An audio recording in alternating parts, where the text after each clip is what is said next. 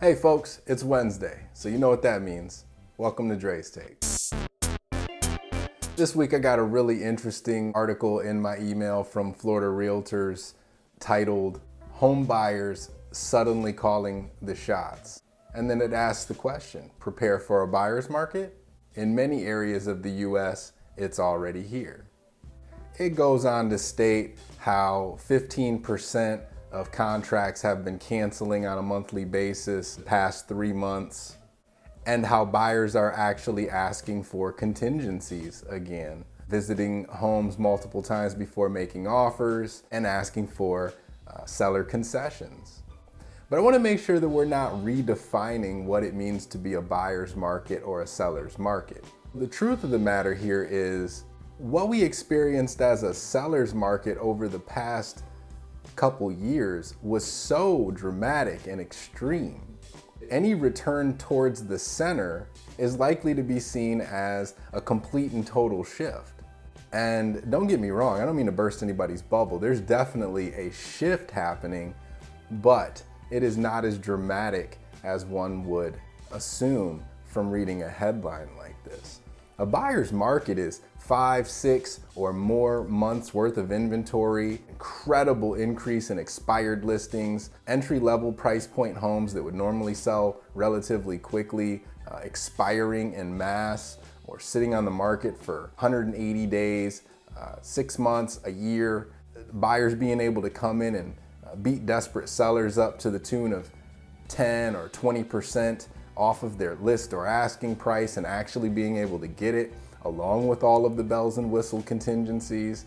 That's a buyer's market, really calling all the shots. What we are seeing is a return towards more of a balance where buyers can come in and you can make an asking price offer or even sometimes below asking price, and you can throw in all of the normal contingencies. You want an appraisal, you want a decent inspection period.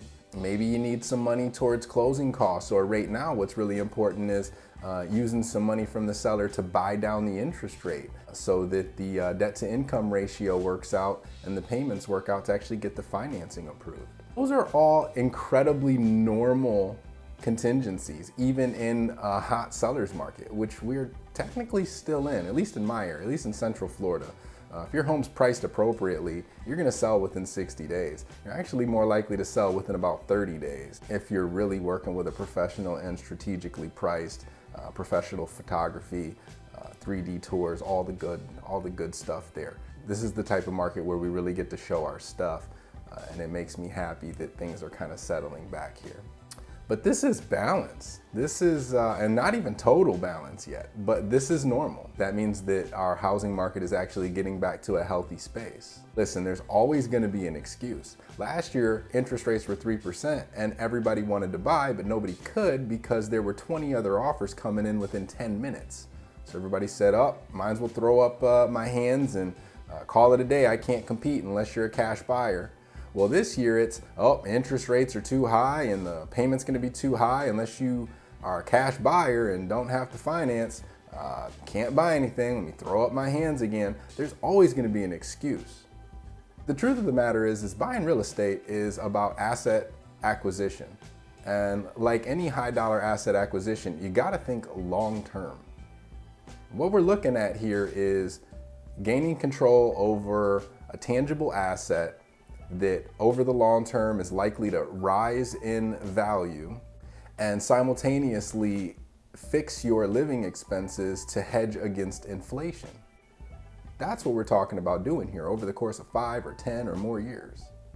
If you're able to get financed right now and you don't have all the competition, you can make sure you're making the right decision on the right property. You can ask for the proper contingencies to make it a good acquisition for you.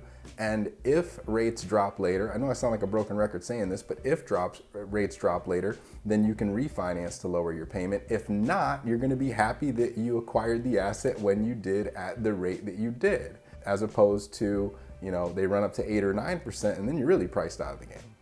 It's kind of akin to folks that, when Bitcoin was at $100 and they said, oh, it's too late to buy into Bitcoin now. I should have bought it when it was $1. Well, fast forward 10 years, those folks are looking kind of foolish, and I'm one of them. Don't be like me. Be better. The main point here is this. Let's just reset our expectations. Let's not redefine what a buyer's market versus a seller's market is, and let's get rooted in reality. We are in a balanced phase right now. Buyers have the ability to actually ask for some things, compete, negotiate, and not just hand the seller an arm and a leg. That was unsustainable, that was unhealthy, that was an extreme seller's market. We are still in a seller's market, albeit not as dramatic or extreme as what we had become accustomed to. If there's anything I can help with, I'd love to break out the stats and really help you guys understand what's going on in your particular neck of the woods, what your home value is looking like. If you're looking to sell, what I think you could do to best position your home to sell in this current market and moving forward. If you're looking to buy, I'd love to game plan and strategize with you around how you can acquire an asset and plan for the future. Feel free to give me a call. I'm always happy to help. Andre Berry, Home Expo Realty, 407-458-3199. Hope you're having an excellent day. That's it, y'all. That's Dre's Take. Take care.